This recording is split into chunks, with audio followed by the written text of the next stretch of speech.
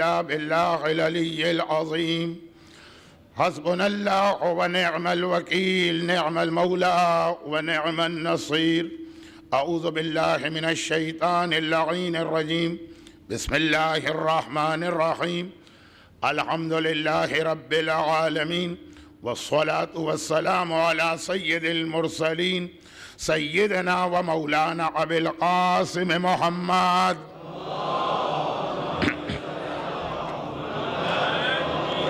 وآله الطيبين الطاهرين المعصومين المظلومين المنتجبين الميامين سيما على الإمام المنتظر والحجة الثاني عشر اللهم عجل له الفرج ولعنة الله على أعدائهم أجمعين أما بعد فقد قال الله عز وجل في كتابه الكريم بسم الله الرحمن الرحيم وما من دابة في الأرض إلا على الله رزقها وقال وما أبرئ نفسي إن النفس لأمارة بالسوء إلا من رحم ربي إن ربي لغفور رحيم.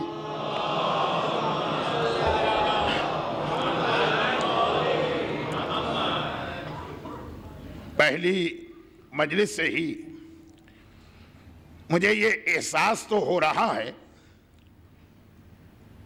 کہ ذرا سا یہ مائک سسٹم یا لاؤڈ کبھی کبھار آواز سمجھنا اور بات سمجھنا مشکل ہو جاتی، خصوصاً اگر ایک لمحے کے لیے توجہ ادھر ادھر ہو جائے۔ تو ابھی جو اعلانات ہو رہے تھے ان میں ایک اعلان میں بھی نہیں سمجھ پایا، جبکہ میں یہیں بیٹھا تھا، اس لیے مجھے اس بات کا اندازہ ہوا، اور انشاءاللہ توقع ہے کہ اگر یہ مسئلہ خالی میرے کانوں کی کمزوری کا نتیجہ نہیں ہے اور لوگ بھی اس کا تجربہ کر رہے تو انتظامیہ یہ آواز کے مسئلے کو بعد کی مجالس میں حل کر دے گی۔ اب وہ اعلان جو تھوڑا بہت میں سمجھا اس میں اضافہ کر رہا ہوں۔ آج ہی کی مجلس سے مجھے تو خاصا یقین ہے کہ آپ حضرات کو زیادہ زحمت نہیں کرنا پڑے گی کہ آگے آئیے، بہت قریب قریب بیٹھیے، اپنے درمیان گیپ کو فل کریں، اور کل بھی اب یہاں تو اعلان ہو گیا، آپ حضرات آگے کھس کے، لیکن کل اور پرسوں کی میری آخری دو مجالس آرام سے بیٹھے رہیے گا، اور دوران مجلس اگر میں محسوس کر لوں کہ واقعاً ضرورت ہے تو میں خود ہی آپ سے درخواست کروں گا۔ یہ اعلان پیچھے بیٹھنے والوں کے لیے نہیں، وہ تو آگے آتے رہے، یہ بہت آگے بیٹھے ہوئے لوگ جب اور زیادہ آگے آ جاتے ہیں ذرا سا مجھے اپنے بیان میں زحمت ہو جاتی ہے۔ آج روزانہ کی طرح سے آج بھی میرے پاس کچھ سوالات آئے، اور شاید میں ایک دن پہلے عرض کر چکا ہوں کہ یہ سوالات تو آتے رہتے ہیں جن کا تعلق ہمارے موضوع سے ہو اسے بیان کرتا ہوں، یا واقعاً کوئی ایسا سوال ہو جس کا تعلق مجمع کی اکثریت کے کسی پریکٹیکل پرابلم سے ہو، یا یہ کہ یہ کوئی بچی ہے ہماری کوئی بیٹی جس نے بڑی محنت کے ساتھ 2 سوال لکھ کے بھیجوائے۔ اب مجھے نہیں معلوم تھا کہ کیا سوال کرے گی، مگر تزکیہ نفس کے حوالے سے اب موضوع بڑا لمبا ہے۔ تزکیہ نفس ہو، اس کے تقاضے اور طریقے، اور فیس بک۔ 1 جنوری ابھی گزری، تو اب 1 جنوری کو پورے سال کے مختلف اعداد و شمار جمع کر کے شائع ہونا شروع ہوتے ہیں۔ 1 جنوری کو پہلا آرٹیکل تو یہی آ جاتا ہے کہ پچھلے سال اہم واقعات کیا ہوئے، بڑے بڑے حادثات کیا ہوئے، کون سی بڑی بڑی شخصیتوں کی موت ہوئی. تو یہ تو ایک ہے، لیکن اس کے بعد اب مختلف حوالوں سے اعداد و شمار چھپتے ہیں. آج ہی 2 جنوری کو جو تازہ ترین ایک رپورٹ آئی ہے، اس کا صرف ایک جملہ، سب پڑھا لکھا مجمع ہے، مجھ سے زیادہ انٹرنیٹ پہ بیٹھتے ہیں، مجھ سے زیادہ یہ جدید میڈیا کے ٹچ میں، مگر صرف ایک جملہ، پچھلے سال دنیا میں ڈیورس ریٹ یا طلاق کی شرح بہت زیادہ تھی. طلاق 2 دن پہلے ہمارا موضوع شریک حیات، اور نہیں شریک حیات بھی نہیں،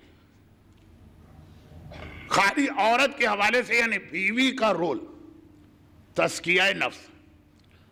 ہمارا عنوان ہی یہ تھا.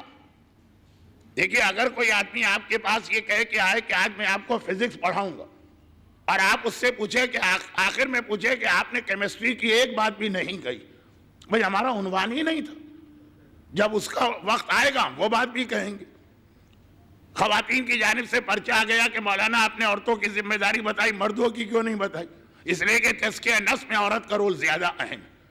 میرا عنوان تزکیہ نفس ہے. میرا عنوان ازدواجی زندگی، شادی شدہ زندگی، گھر کیسے چلاتے ہیں یہ نہیں. جب یہ عنوان بنے گا تو یہ باتیں بھی آئیں گی. تو پرسوں جو بات آئی تھی اس کو ذہن میں رکھتے ہوئے، اور یہ جو سوال میرے پاس آئے ہیں موضوع سے ہٹ کر ہیں، لیکن بچی نے بڑی محنت سے لکھے، اور تھوڑا سا اس کا تعلق میرے موضوع سے بننے جا رہا. لیکن پہلے یہ ایک بات مکمل کر لوں کہ دنیا میں پچھلے سال طلاق کی شرح بہت زیادہ رہی. چلیں ٹھیک تو نہیں، لیکن یہ ٹھیک سے مطلب یہ ہے کہ اب ہم آگے بڑھتے ہیں. اور سنگل لارجسٹ ریزن، اب یہ ایک انگریزی کا ایک لفظ ہے. جیسے اگر کہا جائے دنیا میں پچھلے سال 50 لاکھ آدمی مرے، اور سب سے زیادہ دل کی بیماری سے مرے، اور اس کے بعد بلڈ پریشر سے مرے، اور اس کے بعد تو یہ جو طلاقیں ہوئی، اس میں جس وجہ سے سب سے زیادہ طلاقیں ہوئی، بہت ساری وجوہات ہوتی ہیں. شوہر خراٹے کیوں لیتا، بیوی نے کھانے میں نمک کیوں زیادہ کر دیا، بہت ساری وجوہات ہیں. لیکن سب سے زیادہ طلاقیں جس وجہ سے ہوئیں وہ ہے فیس بک. یہ آج ہی 2 جنوری کو میں یہ پڑھ رہا تھا. میرا موضوع تو 10 دن پہلے اعلان ہو چکا تھا کہ کیا ہے، اور ابھی وہ موضوع شروع نہیں ہوا. یہ ہمارے سامنے باقاعدہ طور پر تحقیق کے بعد یہ اعداد و شمار آ گئے کہ 33% طلاقیں جو لاسٹ ایئر ہوئی، خالی ایک وجہ سے 1/3 طلاق، یہ بہت بڑا ریشو مانا جائے، صرف اور صرف فیس بک. تو تزکیہ نفس کا بھی میں خالی عنوان بتا رہا ہوں. میرا عنوان تزکیہ نفس، تقاضا، طریقے اور فیس بک. اور آج اس میں جس چیز کو بیان کرنا تھا، مجھے نہیں معلوم تھا کہ میری ایک بیٹی یہ سوال کرے گی، اور جو میرا عنوان بننے والا تھا یہ سوال ذرا سا اس سے مل گیا. اس لیے میں، اب وقت نہیں ہے، ورکنگ ڈے کی مجالس 55 منٹ سے زیادہ مجھے نہیں پڑھنا چاہیے، تو میں سوال پڑھ نہیں رہا ہوں. بچی دیکھ رہی ہوگی تو اس کو دکھا رہا ہوں، اور آپ کے سامنے اس کا خلاصہ 2 سوال ہیں بہت مختصر. مگر پہلے یہ تو بتا دوں کہ آج میں نے کن آیتوں کی تلاوت کا ثواب اور برکت حاصل کر کے اپنے موضوع کو آگے بڑھانے کا ارادہ کیا. یہ قرآن کریم کی 2 آیتیں، اور ان کے حوالے بہت آسان. ایک 12ویں پارے کی پہلی آیت اور ایک 13ویں پارے کی پہلی آیت. اور یہ ہر ایک کو پتا ہے کہ پاروں کے نام اللہ رسول نے نہیں رکھے، سوروں کے نام پیغمبر نے بتایا یہ بقرہ ہے، یہ آل عمران ہے. پاروں کے نام جو اس کا پہلا لفظ ہے وہ پارے کا نام. 12ویں پارے کا نام ہے وما من دابہ، یہی آیت تو میں نے آج تلاوت کی. 13ویں کا نام ہے وما ابری، یہی آیت تو میں نے تلاوت کی. یہ 2 آیتیں جن میں سے ایک آج کی مجلس کے پہلے آدھے حصے کے لیے اور دوسری آیت باقی آدھے حصے سے لے کر کل اور پرسوں کی 2 مجلسوں کے لیے ہے، یعنی 2.5 مجلسوں کا عنوان دوسری آیت ہے اور آدھی مجلس کا عنوان پہلی آیت ہے، اور یہ آخری 3 مجالس اگر وہاں تک زندہ رہا تو پہلی آیت کا ترجمہ وَمَا مِن دَابَّةٍ فِي الْأَرْضِ، یہ اللہ کا ایک وعدہ، اس زمین پر چلنے والا جو ہے، جو حرکت کرتا، دابۃ فی الارض، زمین پہ چلنے والا اور حرکت کرنے والا، الا علی اللہ رزقھا، اللہ یہ اعلان کر رہا ہے کہ میرے اوپر ہے اس کی روزی اور رزق کی ذمہ داری. یہ اللہ کا ایک وعدہ ہے، اللہ کا ایک اعلان، خالی انسانوں سے نہیں. وما من دابۃ فی الارض، جو بھی زمین پہ چلنے والا اور حرکت کرنے والا. اب دابہ کے لفظ کی بڑی تشریح اور ایک بہت ہی مختصر اشارہ جو میرے اس سال کے موضوع کا حصہ نہیں، مگر بچی کے سوال اور جو میرا ایک بہت ہی زیادہ پسندیدہ موضوع رہا. 3 موضوع. موت بہت زیادہ میرا پسندیدہ موضوع رہا ہے، لیکن کتنے سالوں سے میں نے پڑھنا بند کر دی. کہاں تک تانے سنوں، کہاں تک ٹونٹنگ سنوں، کہاں تک اپنے بیہودہ القاب سنوں. اب حوصلہ جواب دے گیا. خیر، موت. دوسرا مختار نامہ، لیکن اب چونکہ اتنے بہترین طریقے سے اس کی سیریل بن کے لوگوں کے سامنے آ گئی کہ الفاظ میں ہم لاکھ زور لگائیں وہ بات سمجھ میں نہیں آتی، جو تصویر کی وجہ سے. اور تیسرا میرا موضوع جو ان سب سے زیادہ ضروری ہے وہ ہے زمانے کا امام. تو اس میں ایک لفظ یہ آتا کہ آخری زمانے میں ظہور امام سے یا کچھ پہلے یا کچھ بعد دابۃ الارض ظاہر ہوگا. قرآن کریم میں جو لفظ آیا ہے اس کے اندر تو ہر مخلوق آ رہی. وما من دابۃ فی الارض الا علی اللہ رزقھا، بہت اس کا وسیع مفہوم ہے.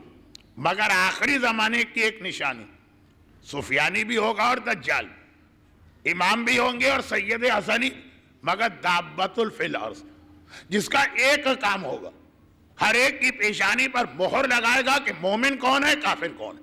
دابۃ الارض یہ بہت ہی اہم ایک مسئلہ ہے. اور روایت میں یہ بھی ہے کہ اگر امام مکے سے ظاہر ہوں گے خانہ کعبہ کے سامنے سے، تو دابۃ فی الارض صفا اور مروہ کے درمیان وہاں سے ظاہر ہوگا. لیکن ایک اتنا میرے اعتبار سے اتنا دلچسپ اور انٹرسٹنگ موضوع ادھر گیا تو میں بہتے ہی چلا جاؤں گا، 2 دن تک واپس نہیں آ سکوں گا. اس لیے خالی ایک اشارہ آیت کا ترجمہ کرتے ہوئے، کیونکہ آیت میں جو لفظ آیا اسی لفظ سے استفادہ کرتے ہوئے مولا نے کہا، بلکہ ایک روایت میں یہ بھی فرمایا وَأَنَا دَابَّةُ الْأَرْضِ، وہ میں ہوں جو آخرت ہی میں نہیں دنیا میں بھی ہر ایک کی پیشانی پر مہر لگاؤں گا. ہَذَا مُؤْمِنٌ وَهَذَا کَافِرٌ. یہاں پہ بات روکتا ہوں. یہ آیت کا ترجمہ اور یہی آیت ہماری مجلس کا آج عنوان ہے. مگر جو آخری 2.5 مجالس ہے اس کا عنوان سورہ یوسف کی وہ آیت ہے جو 13ویں پارے کی پہلی آیت ہے. وما ابرئ نفسی. یوسف کہتے ہیں کہ زلیخا نے جو کیا سو کیا، میں اپنے نفس کو بھی بے قصور قرار نہیں دیتا ہوں. ان النفس لامارۃ بالسوء. یہ آیت ہے جس کی وجہ سے نفس کے پاک کرنے کی ضرورت پڑی. کہا کہ ہر نفس، نبی اپنے لیے بھی کہہ رہا، آل محمد کی بات اور ہے، وہ تو آپ کو پتا ہے کہ ترک اولا تک وہاں امکان نہیں ہے جو انبیاء نے کیا. تو اب یہ عام انبیاء کی بات ہے، ان النفس لامارۃ بالسوء. یہ نفس ہے جو گناہوں اور برائیوں پہ آدمی کو دھکیل کے لے جاتا ہے. امارہ امر سے نکلا ہے، حکم دیتا ہے، زبردستی گناہ کرواتا ہے، دل بھی نہیں چاہ رہا ہے لیکن گناہ کرنا پڑتے ہیں. یہ یہاں سے تزکیہ نفس کی تفصیل آئی ہے. اب آئیے آیتوں کے ترجمے سے فارغ ہو کر بچی کے 2 سوالوں کا مختصر جواب دے کر 12ویں پارے کی پہلی آیت کو اس سے ملایا جائے جواب سے، اور آج کا موضوع آگے بڑھایا جائے. بچی کا پہلا سوال یہ کہ ہم نے سنا ہے کہ زمانے کے امام کے آنے کے بعد ان کی شہادت بھی ہوگی اور انہیں پھر امام مظلوم غسل دیں گے، کفن پہنائیں گے اور دفن کریں گے۔ اور کیا شہزادی ساری زندگی روتی رہیں گی؟ ایک سوال میں یہ دو باتیں جمع کی گئیں، یہ میری سمجھ میں نہیں آیا۔ اس کو الگ الگ دو سوال بھی بنائے جا سکتے تھے، لیکن خیر۔ تو میں نے اس پر اتنی مجلسیں پڑھی اور الحمدللہ اب وہ کیفیت آ گئی ہے کہ خاص اردو زبان میں بھی زمانے کے امام پر اتنی کتابیں ہیں جن میں یہ ساری روایتیں تفصیل سے موجود ہیں۔ ورنہ مجھے یاد ہے کہ جب میں نے 76 میں امام زمانہ کی شہادت پر ایک مجلس پڑھی تھی، 22ویں تقریر، سیرت رسول کا ایک سلسلہ، 22ویں تقریر، تو کتنے اعتراضات، کتنے ہنگامے، کتنے سوالات، نئی چیز آج تک نہیں سنی، کہاں سے پڑھ دیا، کیوں پڑھ دیا، یہ اتنے اس وقت اعتراضات۔ جواب تو حاضر تھے، لیکن اب ساری کتابیں عربی اور فارسی میں۔ لیکن چونکہ میرے مرحوم استاد مولانا جوہر صاحب قبلہ زندہ تھے اور وہ ایک اتھارٹی تھے کراچی کی حد تک، اور لوگوں نے جا کے پوچھا، ذرا اطمینان ہوا جو ان کے پاس گئے۔ لیکن اب یہ ساری چیزیں اردو کتابوں میں موجود، اور خلاصہ یہ ہے کہ آپ نے صحیح سنا، امام کی شہادت بھی ہے روایتوں میں، خالی شہادت نہیں، اس عورت کا نام بھی ہے جس نے شہید کی، جو شہید کرے، اس عورت کا پتہ بھی ہے، ایڈریس کہ وہ کہاں رہتی، لیکن ذرا سا مبہم سا ایڈریس ہے، گوگل کے میپ میں ڈال کے آپ ڈھونڈیں گے تو نہیں ملے گا، لیکن میں بتا رہا ہوں کہ تفصیل ہے، طریقہ شہادت بھی ہے، کس طرح سے شہید کرے گی، یہ سارا بیان ہے، اور میرا موضوع نہیں ہے، اس لیے میں خالی اشارے کر کے آگے بڑھ رہا ہوں۔ اشارے بھی کیوں کر رہا ہوں؟ یہ بتانے کے لیے کہ معصومین نے اتنی تفصیل بیان کی ہے اور ہمیں اس کا اتنا سا خلاصہ بھی نہیں پتا کہ شہادت ہوگی۔ دیکھیں دو الگ جملے، شہادت ہوگی اور ایک کہ شہادت ہوگی، کب ہوگی، کس کے ذریعے ہوگی، کہاں ہوگی، کس طریقے سے ہوگی۔ تو بہرحال بچی نے صرف پوچھا کیا یہ ہوگا؟ جی ہاں ہوگا۔ اب وہ آگے یہ کہتی کہ کیا شہزادی فاطمہ ساری زندگی روتی رہیں گی؟ جی ہاں، کیونکہ ہمارے پاس تو روایتیں کہ وہ میدان قیامت میں بھی روتے ہوئے آئیں گی، آپ تو زندگی کی بات کر رہی ہیں۔ بارگاہ الہی میں عرش الہی میں جا کے عرش الہی کا پایا بھی ہلائیں گی تو روتے ہوئے ہلائیں گی۔ عباس کے کٹے ہوئے بازو اور اصغر کا خون بھرا ہوا کرتا روتے ہوئے پیش کریں گے۔ تو جو آپ کا سوال میری سمجھ میں آیا نہیں، لیکن بہرحال مختصر جملہ تھا تو میں نے جواب دے دیا۔ سوال نمبر 2، وہ بچی کی سمجھ میں نہیں آ رہا اور میں حیران ہوں کہ کیوں سمجھ میں نہیں آ رہا۔ دوسرا سوال، یہ کیسے ممکن ہے کہ آخری زمانے میں ظہور کے بعد سارے دنیا کے مسئلے ختم ہو جائیں گے، امن و امان ہو جائے گا اور ہر ایک کو دنیا کی ہر نعمت ملے گی، یہاں تک کہ اگر ایک عورت سونے سے لدی پھندی مشرق سے مغرب تک سفر طے کرے تو کوئی اس کی جانب آنکھ اٹھا کے نہیں دیکھے گا اور اسے کوئی خطرہ نہیں ہوگا۔ یہ سمجھ میں نہیں آ رہا۔ بچی نے کہا یہ کیسے ممکن ہے؟ کیوں ممکن نہیں؟ اس میں کوئی ایسی بات ضرور ہے جو مجھ جیسے شوگر کے بہت پرانے بڈھے آدمی کا دماغ نہیں سمجھ پا رہا، اور جو ابھی ہماری ینگ جنریشن ہے، بڑی تیز، بڑی ترار، بڑی بریلینٹ، وہ سمجھ رہے۔ اس میں کیا ایسی بات؟ دنیا میں امن ہمیشہ ہمیشہ ہونا، دنیا کی ساری نعمتیں اور ریسورسز انسانوں کو اور مومنوں کو مل جانا، سونے سے لدی ہوئی عورت کا ایک علاقے سے، اس میں کہہ رہی ہے کہ بھئی کیا یہ ہو سکتا ہے؟ ہاں ہو سکتا ہے، ہوگا، ہو سکتا نہیں ہوگا۔ زمانے کے امام کو آنے دیجیے اور پھر آخری جملہ کہہ کے میں اپنے موضوع کو ملا رہا ہوں۔ اور یاد رکھیے کہ اس کے بعد جب امام آ جائیں گے اور یہ ماحول ہوگا، روایتوں میں ظہور امام کے حالات 3 حصوں میں بتائے گئے، 3 حصے۔ پہلا حصہ امام کے آنے سے کچھ پہلے کیا ہوگا، جو آخری زمانے کی نشانی۔ دوسرا، امام کا جہاد کس طریقے سے آگے بڑھے گا، اور تیسرا امام کی حکومت قائم ہونے کے بعد کیا رحمتیں اور برکتیں ملیں گی۔ اور یہ تیسری جو چیز ہے کہ بچے سانپ سے کھیلیں گے، بچھوؤں سے کھیلیں گے، ایک ہی گھاٹ پر شیر اور بکری کھڑے ہو کے پانی پئیں گے، بہلول کو زحمت دینے کی ضرورت نہیں پڑے گی کہ شیر اور بکری کو کیسے پار کرائیں، وہ دونوں ایسے دوست بن جائیں گے کہ ساتھ کھڑے رہیں گے۔ زمین اپنے خزانے اگلے گی، آسمان اپنی برکتیں بارش کی طرح سے انسانوں پہ نچھاور کرے گا۔ عورت سونا پہن کر نہیں، سونا اچھالتی ہوئی، پہننا نہیں اچھالنا، اچھالتی بھی جائے گی اور کوئی پلٹ کے دیکھے گا ہی نہیں۔ کیوں دیکھے؟ اتنا تو ہر ایک کے پاس پڑا ہوا، ضرورت کیا؟ تو خیر خلاصہ یہ کہ تیسرا حصہ جس کی تھوڑی سی، یہ تیسرا حصہ جس کی، یہ تو آج میں نے پہلی بار مائک کی شکایت کی اور آج ہی یہ میرے خلاف ہو گیا۔ تو خیر مومنین کرام سے بھی مجھے یہ تجربہ ہوتا کہ جہاں کوئی ایسی بات پڑی جو ان کے خلاف گئی، بس اب ان کی ناراضگی دیکھیے۔ تو اب خلاصہ یہ ہے کہ اس کا تھوڑا سا بیان کہ امام کے آنے کے بعد کیا ہونے والا جزیرہ خضرا کے واقعات میں ملتا ہے۔ ایک جزیرہ ہے اس دنیا میں، وہ برمودا ٹرینگل نہیں، ایسی بے وقوفی اور حماقت کی بات پہ یقین نہ کیجیے گا۔ جزیرہ خضرا ایک الگ دنیا ہے، ایک الگ جگہ۔ وہاں جو لوگ ہو کے آئیں انہوں نے اپنی آنکھوں سے وہ دیکھ بھی لیا ہے جو ظہور کے بعد ساری دنیا میں ہونے والا، اور امام کے آنے کے بعد انشاءاللہ ہم اور آپ دونوں وہیں پہ ہوں گے، اور ایک مسئلے سے میں محفوظ ہو جاؤں گا۔ مولانا صحت کی دعا بتائیے، سارا چیپٹر کلوز۔ اگر کوئی ڈاکٹر مطب کھول کے بیٹھے گا وہ بھوکوں مر جائے گا، کوئی مریض آئے گا ہی نہیں۔ امام کے آنے کے بعد مولانا کوئی روزی کی دعا بتائی، مسئلہ ہی ختم ہو جائے گا، کسی کو روزی کا رزق کا مسئلہ ہی پیش نہیں آئے گا۔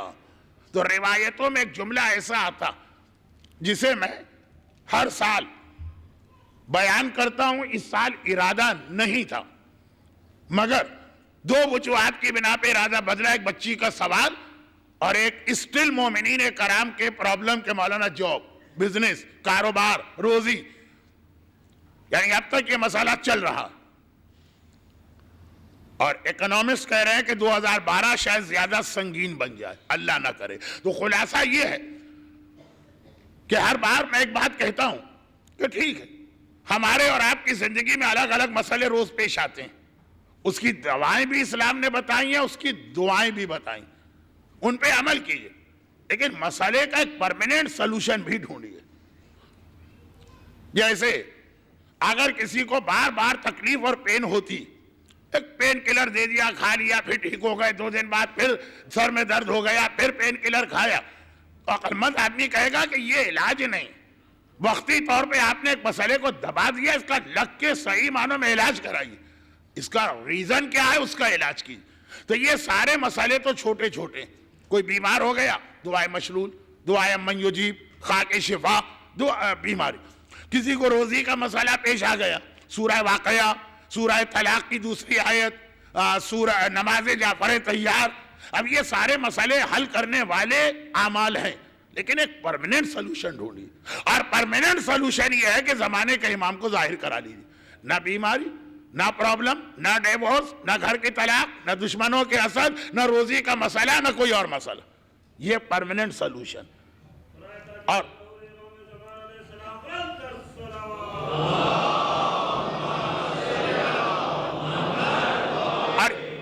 یہاں پہ یہ غلط فہمی نہ ہو کہ ہم کیا امام کو ظاہر کریں، وہ تو اللہ ظاہر کرے گا، نہیں ہم ظاہر کروا سکتے ہیں، وہ ایک الگ موضوع ہو گیا، تو اس پہ غور کیجئے۔ اب یہ نہیں کہ آپ مجھ سے پوچھیں کہ مولانا بتائیے کیا طریقہ ہے، فی الحال اس سال ممکن نہیں، لیکن ایک طریقہ تزکیہ نفس ہے، ایک طریقہ، خالی اشارہ کر رہا ہوں، تو یہ پرماننٹ سلوشن ہے، لیکن پرماننٹ اپنی جگہ بھائی ٹیمپریری سلوشن، اور وہ یہ ہے کہ عورت بیٹی پوچھتی کہ کیا ایسا ہوگا، جی ہاں ایسا ہوگا، اور اس کے علاوہ ویسے ہی اللہ کا وعدہ کہ ہر ایک کی روزی کی ذمہ داری میری، مگر یہاں پہ صرف ایک بات یاد رکھیے، جتنا اللہ نے وعدہ کیا ہے اسی کی ذمہ داری اللہ پر۔ اب آپ اللہ کے وعدے کو سمجھے بغیر حد سے زیادہ اللہ سے توقع کرنے لگے، کریں، اور اللہ وہ بھی آپ کی توقع پوری کرے، لیکن اگر پوری نہ کرے تو یہ مت کہیے کہ اس نے اپنا وعدہ پورا نہیں کیا. اللہ کا وعدہ ہے وما من دابت فی الارض الا علی اللہ رزقها. اللہ کی ذمہ داری ہے تمہیں رزق دے گا. ہمارا مسئلہ خالی رزق نہیں ہے, ہمارا مسئلہ ہے پلازما ٹیلی ویژن بھی, وہ نہیں ملتا ہے ہمیں. کوئی ایسا جاب, کوئی ایسا بزنس, یہ اللہ نے کہاں وعدہ کیا ہے کہیں قرآن میں یا حدیث میں کہ اللہ کا وعدہ ہے کہ تمہارے اور تمہارے بچوں کی روٹی کے ساتھ تمہارے گھر میں 42 انچ یا 44 انچ یا 106 سینٹی میٹر کا پلازما بھی اللہ دے گا. اللہ کا وعدہ BMW کا نہیں, اللہ کا وعدہ کسی بہت $500,000 کے ویلا کا نہیں, اللہ کا وعدہ روزی کا. اب وہ ہے کہ جیسا میں نے کہا, ہم اس سے روزی کے علاوہ بھی اللہ سے ہم توقع کرتے ہیں کہ اللہ ہماری وہ حاجتیں بھی پوری کرے. اگر وہ حلال چیزیں ہم مانگ رہے ہیں, اچھی گاڑی حلال چیز ہے, اچھا گھر حلال چیز ہے, اچھے لباس حلال چیز ہے, مانگ رہے ہیں, لیکن اگر اس میں تاخیر ہو جائے تو یہ مت کہیے اللہ نے وعدہ پورا نہیں کیا. اس نے وعدہ کیا ہی نہیں تھا تو کہاں سے پورا کرے گا؟ یعنی پورا کر سکتا ہے لیکن یہ وعدہ اس کا نہیں ہے. ہم نے دو الگ چیزوں کو ملا دیا. روٹی ہر گھر میں آ جاتی, اتنا کھانا ہر ایک کو مل جاتا ہے کہ اس کا اور اس کے بچوں کا خودکشی کا یا موت کا مسئلہ نہ رہے, سوائے اس کے کہ جس کا اللہ کوئی بڑا امتحان لے ایک بات, یا جو اپنی غلطی اور حماقتوں سے اپنے گھر میں وہ چیزیں لے کر آئے جو روزی کی برکت اڑا دیتے ہیں, اس کو چھوڑی. اتنا ہر ایک کو ملتا, لیکن ہمیں چاہیے ایسا لائف اسٹائل کہ 10 آدمیوں کے سامنے ہماری ایک ٹھور بندے, یا اگر 50 آدمیوں کے گھر میں جو چیز ہے تو ہمارے گھر میں بھی وہ چاہیے. وہ بالکل الگ چیز, وہ بھی اللہ ہی سے مانگیں اگر جو اس میں حلال چیزیں, اور وہ بھی اللہ ہی دے گا, مگر اس کو اس روزی کے وعدے میں لے کے نہ آئیے. تو آج جو ہمارے یہاں مسئلہ, میں نے اس مسئلے پہ بڑا سروے کیا کہ جتنے لوگ جاب کا, بزنس کا, روزی کا پرابلم لے کے آتے ہیں, بڑا اچھا بزنس چل رہا تھا, لوگ پیسے لے کے بیٹھ گئے. بزنس اتنا پھیلایا کیوں تھا؟ کیا روزی کا مسئلہ تھا؟ جو روزی اسلام کہہ رہا بنیادی, پہننے کے لیے صاف ستھرے کپڑے مل جائے. مگر ایسے تو نہیں نا کہ صبح الگ, دوپہر الگ, شام الگ. 18 الماریاں بھری ہوئی ہیں مومنہ کی اور سارے نئے کپڑے, اور آ کر کہتی ہے مولانا میرے شوہر مجھے ننگا کر دیا, اس نے ایک لباس میرے لیے بنا کے نہیں دیا. تو یہ کیا؟ یہ تو میں پہن چکی. 18 الماریاں بھری ہوئی ہیں جوڑوں سے, اور سارے کے سارے جوڑے بوتیک کے ہیں. کیا اللہ نے یہ وعدہ کیا کہ ہم بوتیک کے کپڑے تمہیں دلوائیں گے, اور وہ نہیں دلوا رہا تو ہم پریشان ہیں کہ مولانا نہ نماز جعفر طیار کا اثر ہو رہا, اور نہ سورہ واقعہ کا اثر ہو رہا, اور نہ فلاں عمل کا اثر ہو رہا. رزق کا وعدہ ہے, رزق ملے گا اور ملتا ہے. مگر مسئلہ یہ ہے کہ جو روزی ہمیں ملی پورے مہینے کے لیے ہم نے 5 دن کا رکھا کھانے پینے کا, اور باقی جو 25 دن کا کھانے پینے کا تھا اس سے ہم نے خرید لیے جوڑے, اس سے ہم نے خرید لیا پلازما, اس سے ہم نے خرید لی BMW, اس سے ہم نے اپنا لائف اسٹائل بہت اونچا کر لیا. اور ایک جملہ سنیے, شاید زندگی رہی تو اس کے اوپر الگ سے اشرا پڑھوں, چونکہ میں پڑھ چکا ہوں کینیڈا کے اندر, امریکہ کے اندر. اور وہ یہ ہے کہ ایک روایت ہمارے ہاں ایسی بھی ہے, ایک روایت, بلکہ اس منبر سے میں نے اس روایت کا اشارہ کئی دفعہ کیا, صرف اشارہ, اور آج بھی اشارہ کر رہا ہوں, وقت ضائع نہیں کر رہا ہوں, اشارہ, کہ یہ ایسی روایت ہے کہ جسے عام علماء اور عام مجتہدین نہیں, ایک عظیم ترین آج کے مراجع میں سے ایک آیت اللہ ہے, لطف اللہ ہے, صافی ہے, گل پائیگانی, مراجع میں سے ان تک نے اپنی کتاب میں پوری روایت نقل کی. جب امام آئیں گے تو جتنے لوگ امام کی فوج میں شامل ہوں گے, امام ان سے ایک وعدہ لیں گے کہ 25 باتوں کی پابندی کرو تو میری فوج میں شامل ہو سکتے ہو. آپ کسی بھی فوج میں جائیں تو آپ کو ایک معیار بتایا جاتا ہے, عمر اتنی, صحت اتنی ہو, قد اتنا ہو, آئی سائٹ ایسی ہو, بہت ساری چیزیں.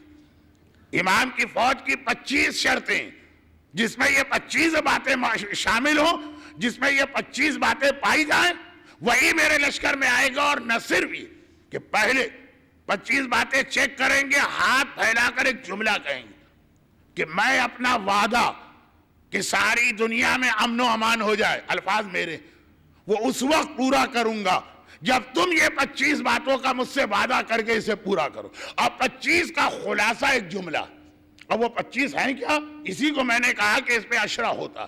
مگر خلاصہ ایک جملہ کہ اپنی زندگی زیادہ سے زیادہ سادگی کے ساتھ گزارو. یہ پوری 25 شرطوں کا خلاصہ ایک جملہ. زندگی کو سادے سے سادہ رکھو گے. اب 105 انچ کے پلازما کے بغیر کیا 20 انچ کے کام سے، کلر ٹیلی ویژن سے کام نہیں چل سکتا؟ چلتا. مگر آدمی کا ٹارگٹ وہ ہے.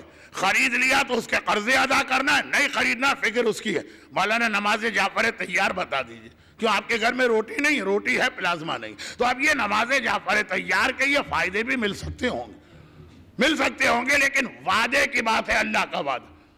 اور جیسا میں نے کہا کہ چونکہ ہم لوگ چاہیں کہ نہ چاہیں، مومنین کرام گردن پکڑ کے ہمیں اس میدان میں اتار دیتے ہیں کہ روزی کے مسئلے پہ ہم غور کریں کہ کیا واقعاً جو لوگ روزی کی کمپلین کر رہے ہیں ان کے گھر میں اتنے ہی فاقے ہیں یا نہیں. اللہ نے ان کو دے دیا اتنا کہ ان کا سادہ لائف اسٹائل، اس سے ان کا سال گزر جائے، انہوں نے لائف اسٹائل بڑھا دی. اور بعد کے مہینوں کا خرچہ ابھی کر دیا BMW خریدنے میں، بعد کے مہینوں کا خرچہ ابھی کر دیا اپنی بیوی کے لیے بوتیک کے لباس خریدنے میں. ایک شادی میں عورتیں جتنا خرچہ خالی کپڑے پہ کرتی، ان کے گھر کا 2 سال کا خرچہ فقط ایک شادی کے لباس میں نکل جاتا. اور پھر کہتے ہیں کہ مولانا روزی کی بڑی پریشانی ہے، قرضے بہت چڑھ گئے. میں 100% بات نہیں کر رہا، کچھ لوگوں کا اللہ امتحان لیتا، لیکن 90% میں نے یہی دیکھا. زندگی جتنی سادی بناؤ، حرام میں مت جاؤ، جائز اور حلال چیزیں استعمال کرو، اور نفس کو سب سے زیادہ نقصان پہنچانے والی چیز. یہ تھا میرا موضوع، میرے ذہن میں بھی تھا. یہ بچی سوال نہ بھی کرتی تو ہم اس جملے پر آتے. اور اس جملے سے پہلے امام زمانہ کے ساتھیوں کی ایک کوالٹی آپ کو بتاتے. یہ سب ہم پڑھتے. نفس کو سب سے زیادہ خراب کرنے والی چیز، قرآن میں لفظ آیا ہے وَقَدْ خَابَ مَنْ دَسَّاهَا. یہ آیت سرنامہ کلام بنے گی کیونکہ میں نفس کے حوالے سے تقریباً روزانہ الگ آیت تلاوت کر رہا ہوں. جو نفس کو دسّاہا، گندا کر دے، نجس کر دے. سب سے زیادہ لوہے کا دشمن ہے زنگ، اور سب سے زیادہ نفس کا دشمن ہے مال دنیا. جتنی زیادہ دولت ہوگی چاہے حلال سے کیوں نہ ہو، نفس گندا ہوتا چلا جاتا. جتنا ہو سکے اس سے اپنے آپ کو بچانا ہے. جب کسی نے آ کر کہا کہ مولا میرے حق میں دعا کر، بہت گھر میں پریشانی، امام نے کہا اے خدا نہ اسے اتنا قلیل عطا فرما کہ اس کی عزت خطرے میں پڑ جائے، اور نہ اتنا زیادہ عطا فرما کہ یہ دنیا میں مبتلا ہو کے رہ جائے اور اس کا نفس نجس ہو کے رہ جائے. نہ کم نہ زیادہ. البتہ کم سے مطلب یہ ہے کہ روٹی، سادہ لباس، اس کا خرچہ مل جائے، یہ کافی. آپ کو مشہور واقعات میں سے ایک واقعہ، مجھے بڑی احتیاط کرنا پڑتی ہے بعض اوقات. غیر مشہور واقعات پڑھوں تو ذہن الجھ جاتا ہے مولانا نے کہاں سے پڑھ دی، اور مشہور واقعات پڑھوں تو یہ تو 100 دفعہ کا سنا ہوا ہے مولانا نے کیوں پڑھ دیا، کیوں اور کہاں کے بیچ میں میرا تو قیمہ بن جاتا ہے. لیکن بہرحال میں تھوڑا بہت پھر وہی طریقہ جو کل کی مجلس میں نے اختیار کیا.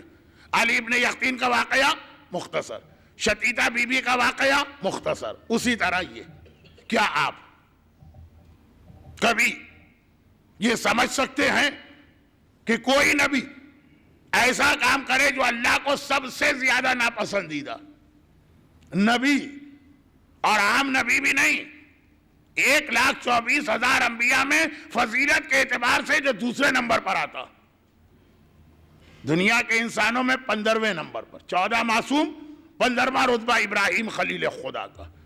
ابراہیم اللہ کے ان انبیاء میں سے ایک ہیں کہ جن کے بارے میں بلکہ ایک ہی تو نبی ہے، رسول سے کہا گیا اس کی پیروی کرو. ابراہیم کے سردار ہیں ہمارے رسول. مگر ابراہیم نہیں، میں ابراہیم کے حالات بتاؤں گا تو بات کہیں کی کہیں. ابراہیم جیسا نبی جو اللہ کی خوشی کا اتنا خیال رکھتا. جوانی میں ایک آدمی کو سب سے زیادہ کیا چیز پیاری ہے، اور بڑھاپے میں ایک آدمی کو سب سے زیادہ کیا چیز پیاری. دیکھیں بےہودگی کی جانب مجھے نہیں جانا، جوک کی جانب نہیں جانا.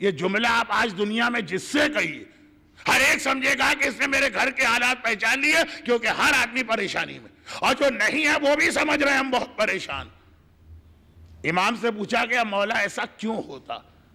اللہ دے رہا ہے دے رہا ہے دے رہا ہے، نعمتیں نعمتیں، پھر بھی ہر آدمی سمجھتا ہے امتحان میرا۔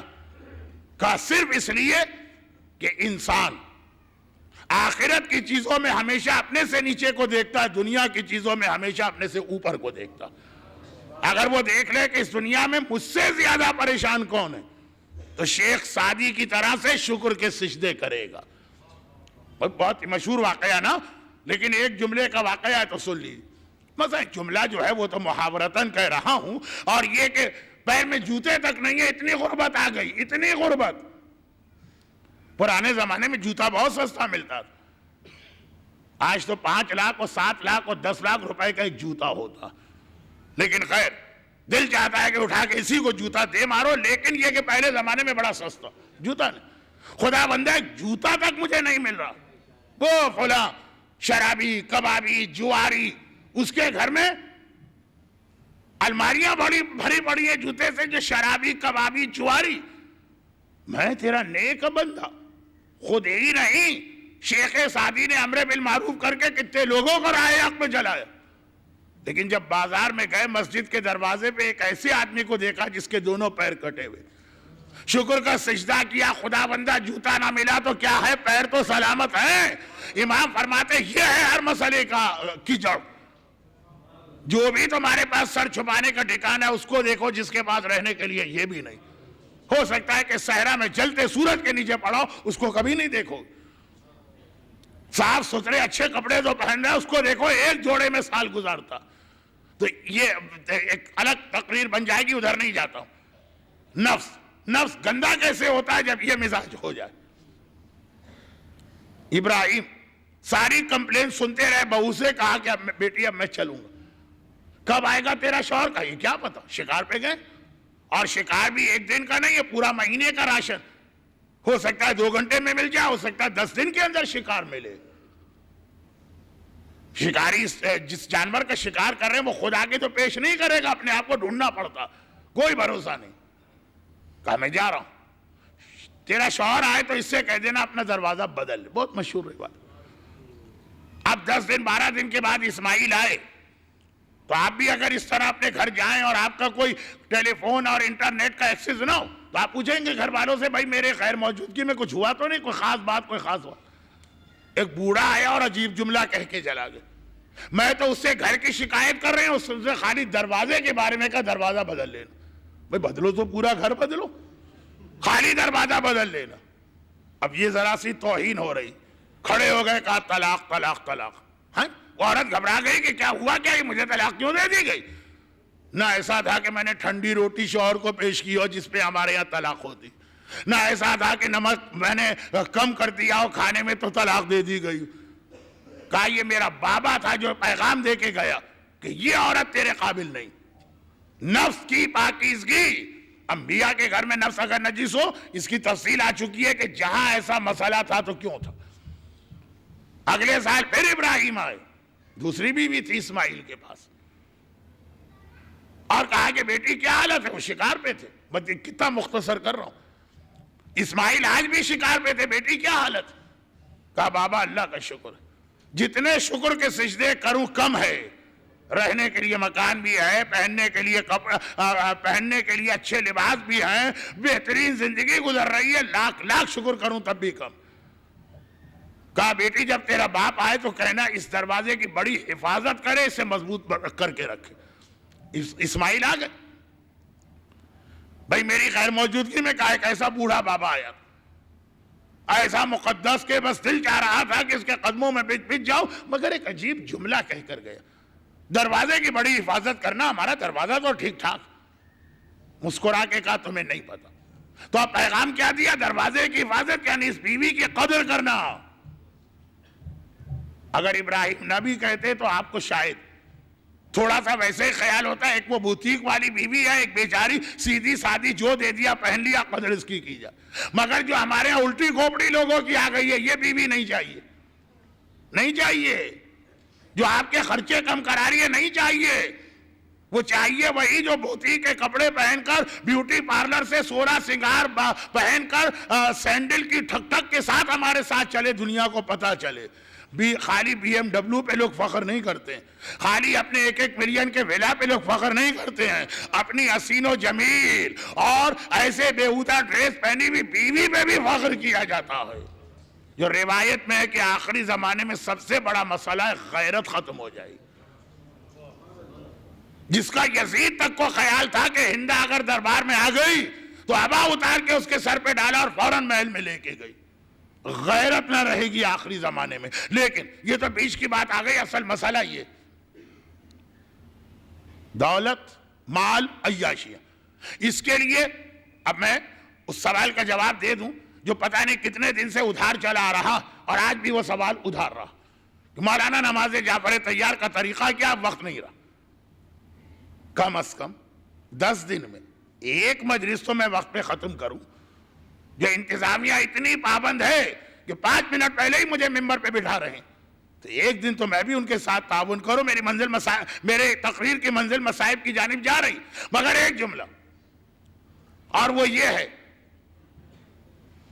یہ واقعہ میں اکثر پڑھتا ہوں مجلسوں میں، یہ واقعہ میرے ایک بزرگ عالم دین کا، اور اس کی وجہ سے وہ جملہ میں بنا رہا ہوں اور پھر آج کی مجلس اختتام کو۔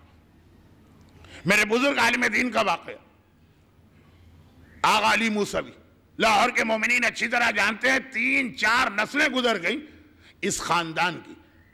موچی دروازہ کی جو سب سے بڑی اپنی مسجد جامع مسجد شیعان، ان کے والد خود یہ، ان کی اولاد، اب اولاد کی اولاد، ایک شہر کی 4 نسلوں سے یہ علمی گھرانہ خدمت کر رہا۔ تو آغا علی موسوی بہت مشہور، مقدس، قابل احترام ہمارے بزرگ عالم دین، اور وہ مسجد کے اندر امام، اور ایسی مسجد کے جہاں پہ پہلے ساری زندگی ان کے والد نے گزاری۔ تو مسجد کے امام سے لوگ کیا پوچھتے ہیں؟ فقہی مسئلے؟ نہیں، یہ آپ کی غلط فہمی۔ اول تو کسی کو مسئلے کی ضرورت ہی نہیں ہے، ہماری قوم میں ہر آدمی مجتہد تو ہے ہی، میں مرجع نہیں کہتا لیکن کم از کم مجتہد تو ہے ہی، اور اگر ضرورت بھی ہے تو خود ہی مسئلہ حل کر لیتے ہیں۔ امام جماعت کا کیا کام ہے؟ استخارہ دیکھ دیں۔ امام جماعت کا کیا کام ہے؟ آپ پرابلم میں آئے تو دعا بتا دیں۔ امام جماعت کا کیا کام ہے؟ جنازہ پڑھ دے تو اب لوگ دعا۔ کوئی روزگار کے لیے آتا ہے، یہ اسلام کا ایک بہت اہم حصہ ہے اور ذمہ داری بھی ہے کہ اگر کوئی آدمی دوسرے کی مدد کر سکتا ہے تو اس طرح کرے، جو کسی کو جاب دلوا سکتا ہے وہ اس طرح کرے، جو کسی کی آگے سفارش کر سکتا ہے وہ اس طرح کرے، جو کسی کو دعا بتا سکتا ہے وہ اس طرح مدد کرے۔ جو خالی تسلی اور دلاسا دے کے غریب کو اتنا موقع دے کہ اس کے دل کی بھڑاس نکل جائے، کچھ نہیں کر سکتا، بات تو سن سکتا ہے نا، یہ بھی ایک بہت بڑا مسئلہ۔ تو خیر یہ تو ضمنی بات آ گئی۔ ایک صاحب آئے، کہنے لگے کہ مولانا میرا بہت بڑا مسئلہ ہے، میری راتوں کی نیند اڑ گئی۔ اچھا بھی معلوم کہ لاہور کے بڑے پوش ایریا کے رہنے والے اور بہت شاندار مکان اور ایک اچھا بزنس، اب حیران کہ اس کو کیا مسئلہ ہوگا۔ عام طور پہ لوگ روزی، کاروبار، قرضے جانتے ہیں، مشہور آدمی، میں نام نہیں لینا چاہتا کیونکہ مجلس کا مقصد کسی کی توہین نہیں۔ کیا مسئلہ ہے؟ کہا میرا مسئلہ میری جوان بیٹی کا۔ ہاں، اب یہ سمجھ میں آیا کہ واقعہ۔ اچھا، جب میں یہ واقعہ پڑھتا ہوں ساتھ میں ایک حدیث بھی پڑھ دیتا ہوں نا اس امام معصوم کی، جن کے حالات کل سے ہماری مجلس میں آئیں گے، کل اور پرسوں 2 دن، ایک حدیث بھی پڑھ دیتا ہوں۔ ہمارے چوتھے امام، امام زین العابدین علیہ الصلوۃ والسلام فرماتے 4 چیزیں ایسی کہ واقعاً غیرت مند آدمی کی راتوں کی نیند اڑ جائے۔ 4 چیزیں ایسی، دینن ولو کان درہما، قرضہ، چاہے 1 درہم کیوں نہ ہو، غیرت مند آدمی کے لیے 1 درہم کا قرضہ بھی بہت بڑی بات، واپس کرنا۔ ہمارے ہاں الٹا ہوتا ہے کہ قرضہ لینے والے کی نیند نہیں اڑتی، جس بیچارے نے ان گڈ فیتھ کسی کو قرضہ دے دیا۔ اوہو، خیر، سوالن ولو کانت طریقہ، کسی کے آگے ہاتھ پھیلا دینا، چاہے خالی یہ اس لیے ہاتھ پھیلائے کہ اس سے راستہ پوچھنا ہے، کچھ مانگنا نہیں ہے راستہ، لیکن غیرت مند کے لیے سوال. اور جو کائنات کا سب سے بڑا غیرت مند ہے، جب اصغر کو لے کے آیا ہوگا تو کیسے کہا ہوگا اسے پانی پلا دو. اور بنتا ولو کانا مریم، اور بیٹی اگر کسی کے پاس ہے چاہے مریم جیسی صاحب فضیلت کیوں نہ ہو، جب تک کہ عزت و آبرو کے ساتھ باپ کے گھر سے وہ رخصت نہ ہو جائے، غیرت مند باپ کی نیند اڑتی. 3 چیزیں بتائی، چوتھی جان بوجھ کے چھوڑ دی کہ شاید اس سے اگلی مجلس کا مجھے موقع مل جائے. بیٹی، ہاں یہ مسئلہ سمجھ میں آتا ہے غیرت مند باپ کے لیے. فرمایا کہ آپ کی بیٹی کا کیا مسئلہ، کیا مسئلے ہوتے ہیں؟ جوان بیٹی ہے، شاید شادی نہیں ہو رہی، چلو سورہ طارق کا عمل بتا دو. اولاد نہیں ہو رہی ہے، سورہ مومنون کا عمل بتا دو. چلو اولاد ہو رہی ہے، اولاد نرینہ نہیں ہو رہی ہے، سسرال ساس بھی کھا رہی ہے اور ویسے بھی ہر ماں کا دل چاہتا، سورہ انبیاء کا عمل بتا دے. یہ ساری مشہور حدیثیں جو میں اس سے پہلے بھی ممبر پہ پڑھ چکا ہوں. تو اب وہ مولانا خالی اتنا جملہ سن کر اپنے ذہن میں تازہ کر رہے ہیں کہ کیا کیا اس کو وہ آیتیں بتائی جا سکتی ہیں. مسئلہ شادی کا ہے تو سورہ طارق، اور مسئلہ اولاد کا ہے تو سورہ مومنون، اور مسئلہ اولاد نرینہ کا ہے تو سورہ انبیاء. اب سوچ رہے ہیں تو کہا کہ ٹھیک ہے، بیٹی کا مسئلہ بہت ساری حدیثیں، بہت سارے عمل، بہت ساری آیتیں امام نے بتائی، تو آپ بتائیے کہ آپ کو کیا مسئلہ، اس میں سے کون سا؟ کہا میری بیٹی کا مسئلہ یہ ہے کہ بھائی میں ایسا ہوتا ہے کہ میں کبھی گھر میں نہیں ہوتا ہوں اور میرے مہمان آتے ہیں، اور اگر گھر میں بھی ہوتا ہوں اور میرے مہمان آتے ہیں، میرا دل چاہتا ہے میری بیٹی گھر سے باہر نکلے، کمرے سے باہر نکلے، ڈرائنگ روم میں آ کے بیٹھے، اگر میں نہیں ہوں تو میری غیر موجودگی میں میرے مہمان کو انٹرٹین کرے، اگر میں ہوں تب بھی آ کے سامنے ساتھ بیٹھے. ہم بھی جاتے ہیں دوسروں کے گھر میں، کیسی اچھل کے ان کی بچیاں آتی ہیں، گلے سے لگتی ہیں، انکل سلام، ہاتھ ملا رہی ہیں، بچھی جا رہی ہیں، بے تکلفی سے باتیں کر رہی ہیں. وہ لفظ تو میں کہنا بھی نہیں چاہتا، گود میں بیٹھی جا رہی ہیں، انکل انکل انکل کہتے.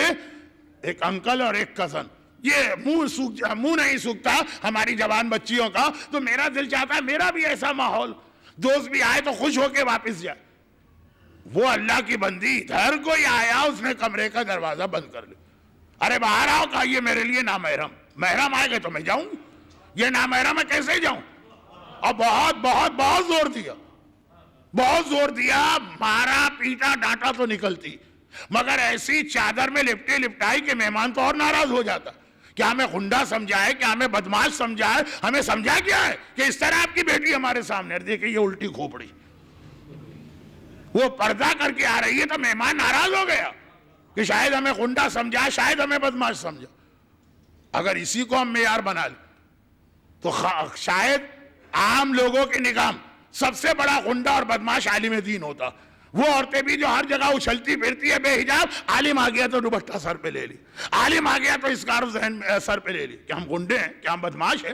کیا ہم پر اتنا بھی بھروسہ نہیں جتنا بازار میں چلتے ہوئے ایک آدمی پر؟ لیکن یہ نہیں، میں اس چیز کا مذاق نہیں اڑاتا، کیونکہ ڈرتا ہوں کہ کل یہ خواتین یہ جملہ سن کے الٹا اثر نہ لیں تو مولانا کے سامنے بھی اب اسی طرح ننگا دھڑنگا آنا ہے، معلوم ہوا جو دوپٹہ پہن کے آتی ہیں وہ بھی ختم ہو جائے. رسپیکٹ ہے یہ حجاب جو ہے نا سامنے والے کا احترام ہے، اس کو غنڈہ اور بدماش نہیں سمجھا جا رہا. ہمارے مشرقی کلچر میں تو دیکھیں باپ اور بیٹی میں کوئی حجاب نہیں ہوتا ہے، لیکن بیٹیاں باپ کے سامنے دوپٹہ پہن کے آتی ہیں چاہے باہر نہ کس طرح سے گھومے. یہ احترام اور احترام. آپ لوگ اکثر لوگ تو آپ کے دوست جا چکے ہیں، کچھ تیاری کر رہے ہیں. آپ کربلا میں حرم میں جاتے ہیں، ابا پہننا پڑتی ہے عورتوں کو، زینبیہ میں جاتے ہیں ابا پہننا پڑتی ہے. یہ کس چیز کے لیے ابا؟ یہ احترام اس شہزادی کا، اس بی بی کا، اس آقا کا، اس مولا کا. حجاب احترام کی نشانی ہے. لیکن باپ کہہ رہا ہے کہ میری بیٹی اس طرح سے آتی ہے کہ میرے دوست ناراض ہو جاتے ہیں، رشتہ دار ناراض ہو جاتے ہیں، اور اب تو آتی ہی نہیں ہے. کوئی ایسا عمل، کوئی دعا، کوئی تعویذ بتائیے. مولانا سر پکڑ کے بیٹھ گئے، اس کو کیا بتاؤں، ایسا کون سا تعویذ بتاؤں کہ اس کی بیٹی بے پردہ نامحرموں کے سامنے آنے کو تیار ہو جائے.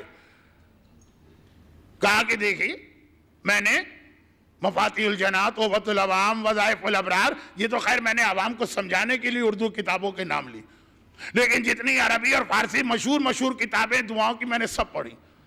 بیماری کا تعویذ ملا، اولاد کا تعویذ ملا، قرضوں کا تعویذ ملا، کاروبار کا تعویذ ملا، اب تک بے شرمی اور بے حیائی کا کوئی تعویذ نہ ملا۔ جس دن ملے گا سب سے پہلے آپ کو بلا کے یہ تعویذ آپ کو دوں گا۔ اس قسم کے لوگ خواہش کرتے ہیں۔ اب یہ واقعہ بالکل الگ رکھی اور آ جائیے جو جملہ میں کہہ رہا تھا اس واقعے سے۔ لوگ کہتے ہیں مولانا دعا، نماز جعفر طیار، سورہ طلاق کی آیت، سورہ واقعہ، روزی کے اعمال، مگر پھر میں بتا دوں یہ اعمال جو ہیں آپ کے گھر میں روٹی کا مسئلہ نہیں پیدا ہونے دیں۔ اگر آپ ایسی کوئی دعا مجھ سے پوچھنا چاہ رہے ہیں کہ پلازما آپ کے گھر میں آ جائے، بی ایم ڈبلیو آپ کے گھر میں آ جائے، 1 ملین کا ویلا آپ کے گھر میں آ جائے، آپ کی بیوی روزانہ 50,000 کا بوتیک کا لباس پہنے، ایسی کوئی دعا میرے علم میں نہیں۔ میں نے مفاتیح بھی پڑھی، میں نے توبۃ العوام بھی دیکھی، میں نے وظائف الابرار بھی دیکھی، میں نے قرآن کے خواص بھی دیکھے، میں نے وہ ہمارے بزرگ علماء کی کتابیں بھی پڑھی، سب سے مشہور کفہمی کی ہے، سب پڑھ ڈالی۔ یہ والی دعائیں مجھے نہیں ملی ہیں، نہ مجھ سے آپ کی توقع کریں، میں ایک اسٹوڈنٹ، اور نہ ہی قرآن اور حدیث سے۔ روزی ہاں صحیح، اور اس میں بھی ایک خیال کہ جب اللہ کبھی امتحان لیتا تو جب دعا کے باوجود اثر نہ ہو تو اب آپ رک جائیے۔ اس کا مطلب یہ ہے کہ ہم منزل امتحان میں، اور امتحان کے لیے اللہ نے بالکل شروع میں اعلان کر دیا کہ جب ہم امتحان لیتے ہیں تو وَلَنَبْلُوَنَّكُمْ بِشَيْءٍ مِّنَ الْخَوْفِ وَالْجُوعِ، پہلا ہی شروع میں جو پیپر آیا ہے وہ جو کا، بھوک اور پیاس۔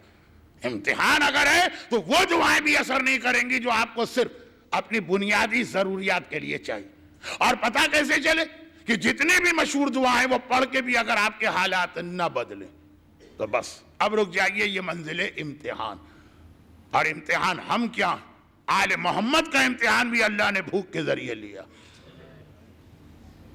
اور ایسا امتحان لیا ہے کہ کربلا سے چلا تو زندان شام تک یہ امتحان چلتا رہا۔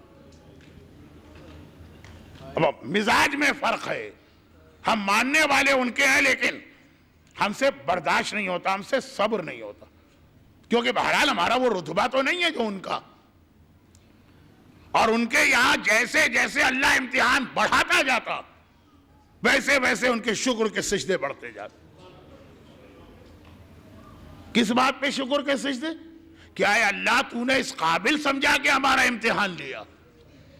میں ایک مرتبہ ٹہلتا ہوا جاؤں اور کہوں کہ میں FRCS یا سرجن کے امتحان میں بیٹھنا چاہتا ہوں، ہم کو بیٹھنے بھی نہیں دیں گے۔ تم آ کہاں سے گئے؟ جاؤ پہلے جا کے شروع کی ڈگریاں لو، پھر آ کر اس امتحان میں بیٹھو۔ آل محمد شکر ادا کر رہے ہیں، اور یہ شکر اس انداز سے ادا کیا گیا کہ جو امتحان کی آخری منزل آیت میں آئی، یہ تو پہلا امتحان ہے، من الخوف والجوع ونقص من الاموال والانفس والثمرات۔ آخری امتحان بھی ہے، وہاں بھی اتنا شکر کہ وہ ایک بہت مشہور جملہ ہے، آج اسی پہ بات ختم کرتا ہوں۔ یزید کا بھرا دربار ہے اور حسین کا وارث سجاد قیدی بنا کے کھڑا کیا گیا۔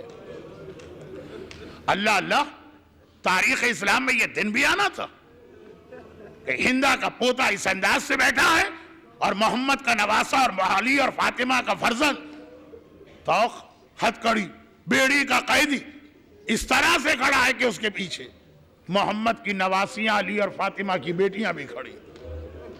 ایک بار یزید خالی قیدی کو دربار میں نہیں بلا رہا، سارے عالم اسلام بلکہ دنیا بھر کے سامنے اپنی طاقت کا روب بھی دکھانا چاہتا، چنانچہ وزیر بھی ہیں، سفیر بھی ہیں، امیر بھی ہیں، رومن بادشاہ کا نمائندہ بھی ہے، سب کے سامنے ایک مرتبہ جسے تجاہل عارفانہ کہتے ہیں اس سے کام لیا۔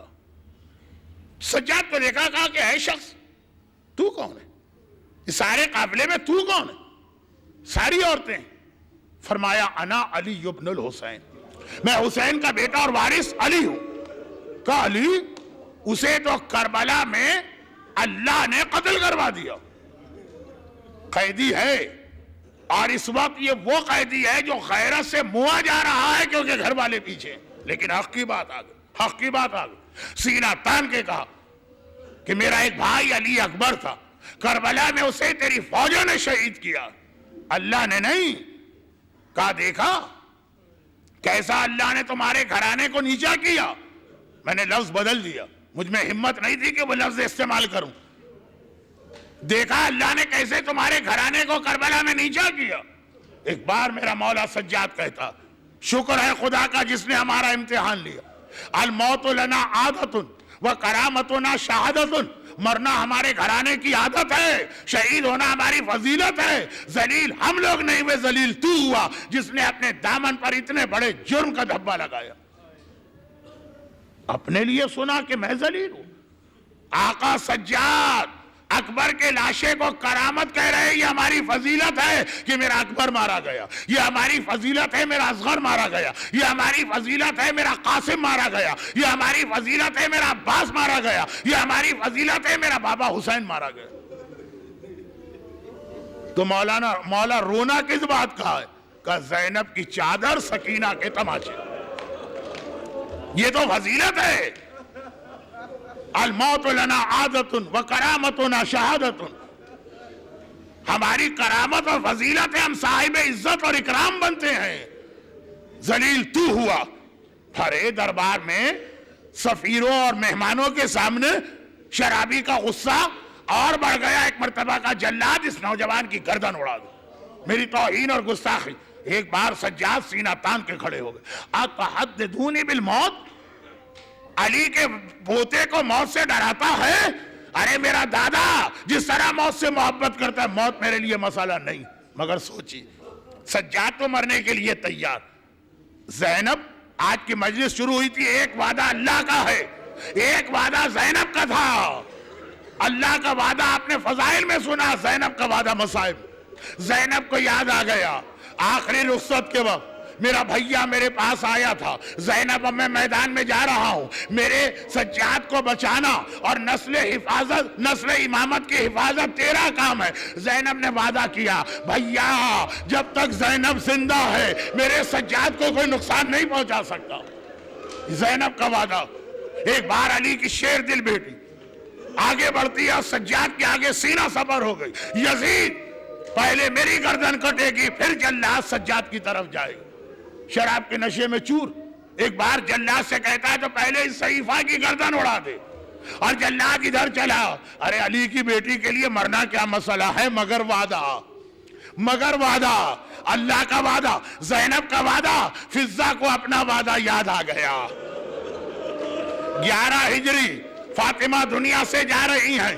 مجھے بلا کے کہا بہن فضہ میں نے تجھے بہن کہا ہے, میں نے تجھے بہن سمجھا ہے, میں دنیا میں نہ رہوں گی.